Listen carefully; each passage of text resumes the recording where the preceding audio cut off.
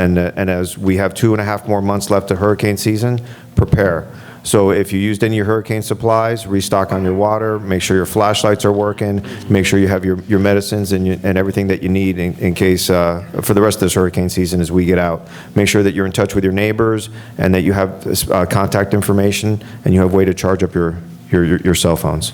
I'll turn over the crime report to Lieutenant Hill. He'll brief you guys. Thank you.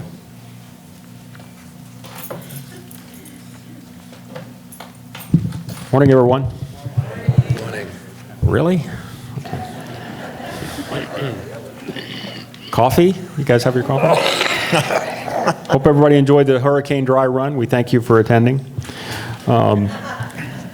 Seriously, did everybody do okay? Did your plans, hopefully whatever you had in place, you took a look afterwards and thought, okay, did that work? Did I need to do something else? If this thing had come our way, would have you been all right? So if you haven't done that yet, take a few minutes and think about it, make sure you're all set.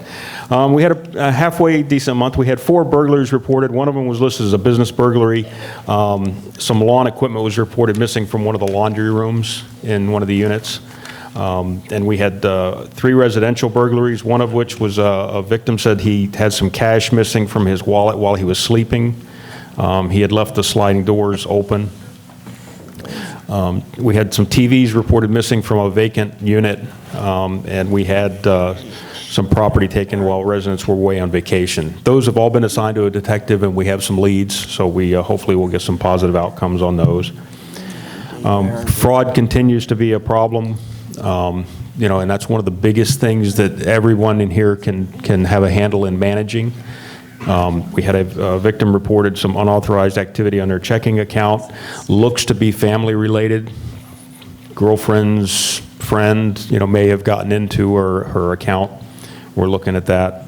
And another one was appears to be some type of a hacking event. Somebody got into the person's computer and made some unauthorized purchases.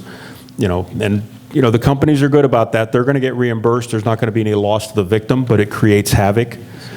Just think about it. If you have, payments on those cards, well, now you've got to change all that. You've got to close those accounts, open new ones. It's a lot. So keep an eye on those accounts and your bank statements. We had a bicycle reported stolen from out in front of one of the units. We had it was a theft. It didn't occur in the village. A person's wallet was stolen while she was on the Amtrak train. A missing air conditioning unit. And, some missing laundry soap from one of the laundry storage areas. And then another victim reported some items missing from luggage. She had used the services of a cab company, and the bag was tampered with while it was in the care of the cab company. We're looking at that as well. And 2 incidents were reported, minor vandalism. One was a broken taillight on a car, and the other was a vandalism, family-related. Daughter's boyfriend broke something in the apartment. We had 1 assault reported. It was a domestic-related thing. Nobody was injured. Little family disturbance. Other than that, good month. We didn't have a lot of traffic activity. Dead of summer. There's, obviously the residency is down a little bit, and quite frankly, we're down a little bit. People on vacation and things like that. So, but no major issues reported. Does everybody have any questions for me? You're going to let me off easy this month? All righty. Thank you very much. Let me just make an announcement. Is there, an Evelyn Zacharite?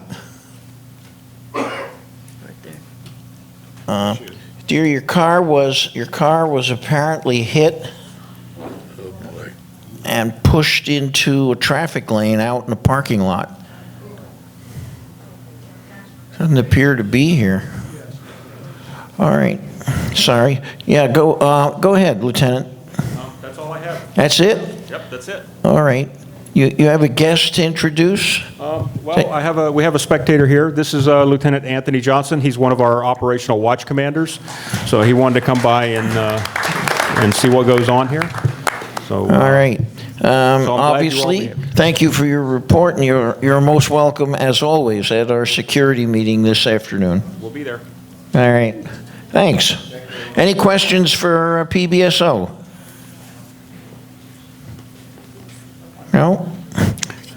All right. Thank you again. I assume you have all had a good look at the minutes. Does anyone have any corrections they wish to point out in the minutes? Oh. All right, seeing none, minutes will be accepted as presented. Thank you. We have a number of high-end guests here today. I don't know who to call up first, but since I'm told we're getting a nice award, I'm going to call up Wayne Picone from the Attorney General's office, who runs our Seniors versus Crime program. Why don't you come up and hopefully someone will snap a picture. Oh, boy. Yeah, I can't find a photographer when you need one. Oh, I love it. All right, plenty of light. If anyone has a little phone, take a... Oh, Walter, thank you. All right. All right.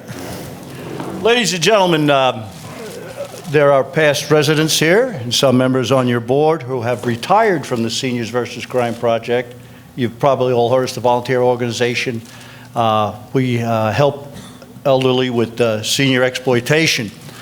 And Century Village has always been a great help to us. But when we were out of office space and we needed to keep the office of the West Palm Beach open, the UCO, the United Civic Organization, stepped right up, gave us the office space, the time, and the support, and has for many years. And if I could read this to you now. This is presented to UCO Century Village, West Palm Beach.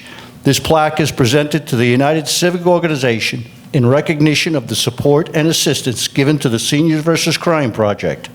These efforts have allowed the project to continue protecting senior citizens against financial exploitation. This is presented by Mr. Don Ravenna, Executive Director, and myself, Wayne Picone, Regional Director, Seniors versus Crime Project of the Florida Attorney General's Office. This is a great pleasure for me. Thank you. And we're very happy to support your program and PBSO, of course. And any of you who have some problems that fall into this area, please come into UCO and see a Seniors versus Crime officer. Thank you, Wayne. Thank you very much, David. I appreciate it again, pal. All right. A little coverage, don't scratch it. All right. Oh, wow. Oh. All right. Well, there's no doubt that we have to call up the state attorney, Mr. Dave Arenberg, Century Village's native son. Thank you, Mr. President, and good morning, Century Village. I'm so glad we all survived this storm. We really dodged a bullet out there. Very fortunate. And you see there are a lot of relief efforts out there to help our friends in the Bahamas. There are a lot of good groups collecting money and supplies, but as always, whenever you're dealing with an emergency situation, you're going to have people who we call in our business shysters. It's a Latin phrase for criminals, and they're people who are trying to exploit the situation.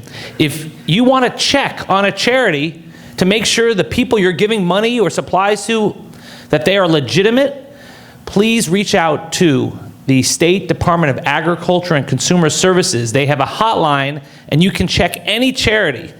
Their number is 1-800-HELP-FLA. 1-800-HELP-FLA.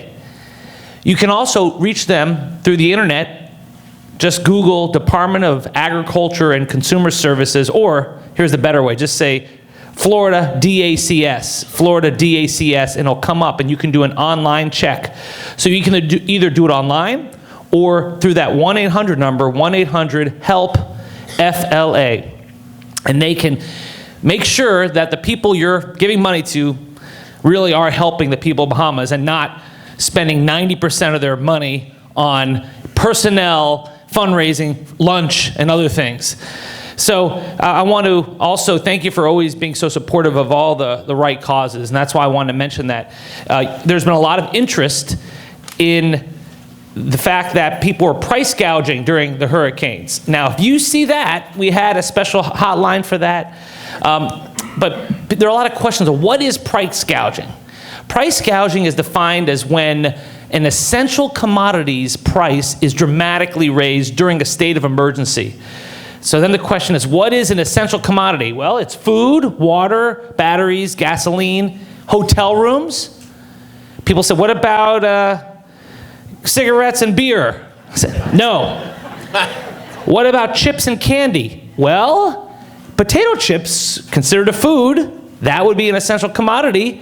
Candy, not necessarily. So these are types of law school questions that we get asked that it's something that it's up to the investigators to determine. But generally, it's just food, water, batteries, gasoline, hotel rooms. How about airline tickets? Are airline tickets considered an essential commodity?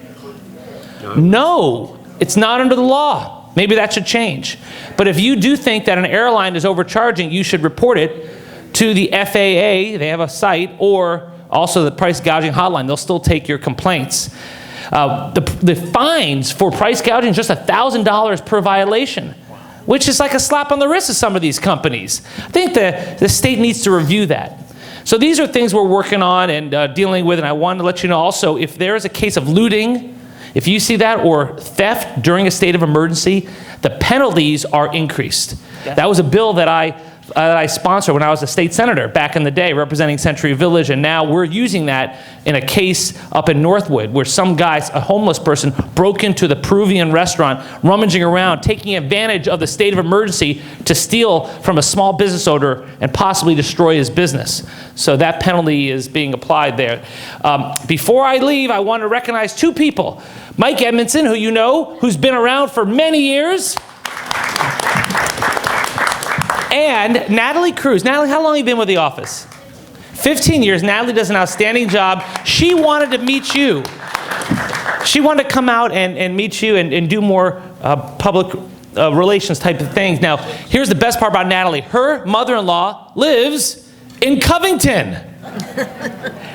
Covington. I'm sorry. You'd think I'd been here before. Coventry, excuse me. My fault, not Natalie's. Coventry. And the next time we come here, we're going to find out what letter. It's C, Coventry C. Anyone here from Coventry C? All right, Miss Mendez, Miss Eugenia Mendez. Do you know her? Okay, I put you on the spot. I want to thank you all. Thank you, Natalie. Thank you all for your support. I left a flyer out there about the latest with drug treatment courts.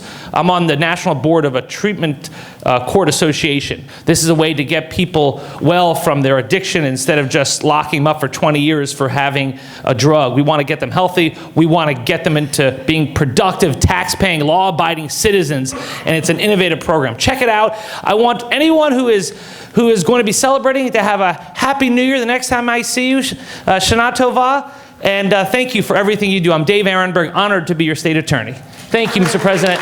Thank you. Great as always to hear from you. And while we're considering special guests, why don't we have County Commissioner from District 2, the Honorable Greg Weiss.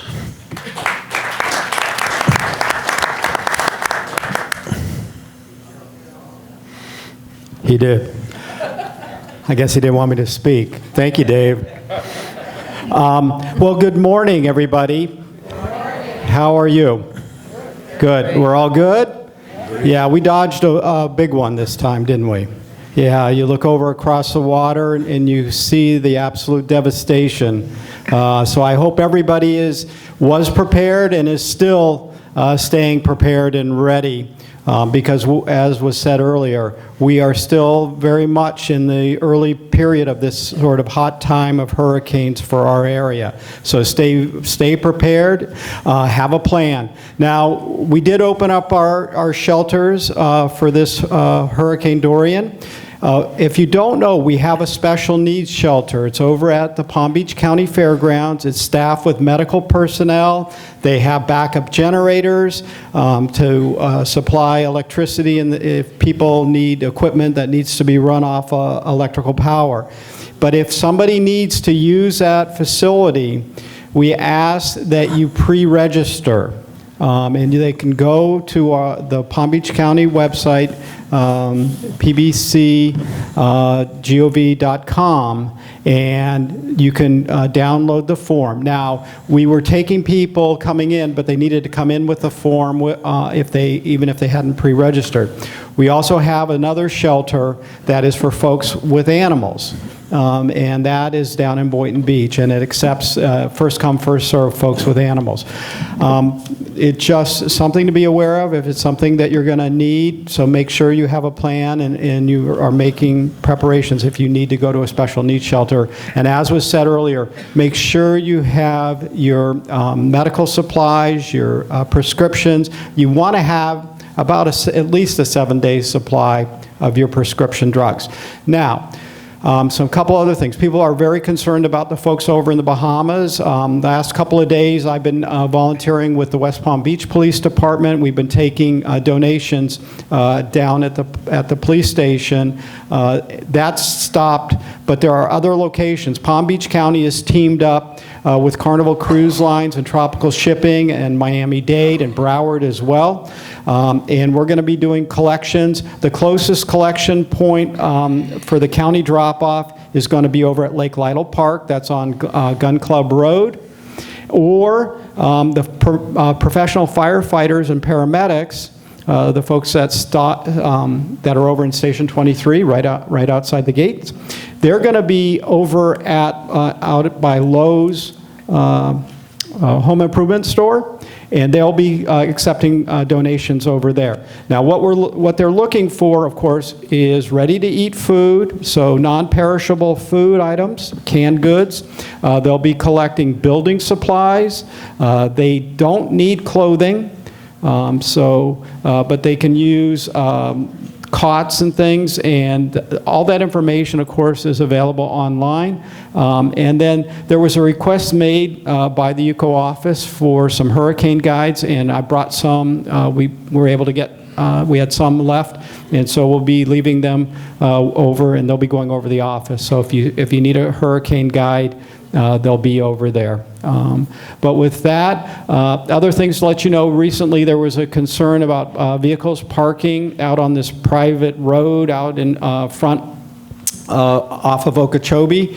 And so we enlisted the folks of our code enforcement, law enforcement, and our roads people and facilities, and we've got some no parking signs up there alerting the truckers they're not allowed to park their big rigs on that, and that's actually county property that they were parking in front of and on. So that's been taken care of. Hopefully that won't continue to happen. Other than that, I'm wishing everybody also a very happy New Year, and with that, I'm happy to take any questions. Nope. All right. Well, listen, everybody be well, be safe. We're here for you, and we'll continue to work together with UCO and making sure everybody is safe as we get through the rest of hurricane season. Be well. Thank you, Commissioner Weiss. I have failed to notice we have 126 signed-in delegates, so indeed we have a quorum, and we shall proceed. I'd like to call up our insurance agent, Tom Latosha, who will briefly tell you about a special program we're going to have over a number of days it's an education program on what our policies are all about, and also we'll get some education on Belfour property restoration. So Tom, please. I'll take it away. Good morning, everyone. My name's Tom Latosha. I'm with Legacy Insurance Associates. I write the master policy for Century Village and also UCO. Thank God we missed that hurricane. No claims. What I wanted to talk to you about, we're going to be doing seminars. We're going to be doing insurance seminars once a week for the rest of September and of October. This is going to be helping board members, unit owners, the understanding of what insurance you do have and what insurance will do for you. We're also going to be talking about certificates of insurance, how important they are for construction in buildings and in units. We're also going to be having a special guest speaker from Belfour come here and explain what coverage they're going to have for the helping of any catastrophe such as this hurricane that just passed us. Okay? Inside, I believe there's the dates that's going to be in there. And if there's any questions, I'll take any. Yes, go ahead. If you have a question, it may be of interest to many others. Please come up to the mic. Thank you. Is it okay to just attend one seminar? Yes, the seminar is going to be the same as good. for all of them. We're doing it so everyone's not going to have the right schedule, the right time to be able to be there, so that's why we're stretching them out throughout the months. Okay? I would make one notice on the flyer. There's a mistake on the flyer. October 1st and 29th are not on Thursdays, they're on Tuesdays, and we will have a correction out shortly. Anything else, Tom? No, they will be in room C here. All right, for anyone, for the location. So it's a good chance, anything and everything you ever wanted to know about insurance, but were afraid to ask, bring your questions. I want to make one, and it may seem like a minor thing that this hurricane brought forward. A number of folks in the village got great big plywood sheets and punched holes in the walls of their association. Please, officers of buildings in which that happened, make sure those holes get plugged and patched and painted, because over time water will get into those holes and do damage, okay? It's just a minor thought in passing. And thank you, Tom. Thank you, everyone.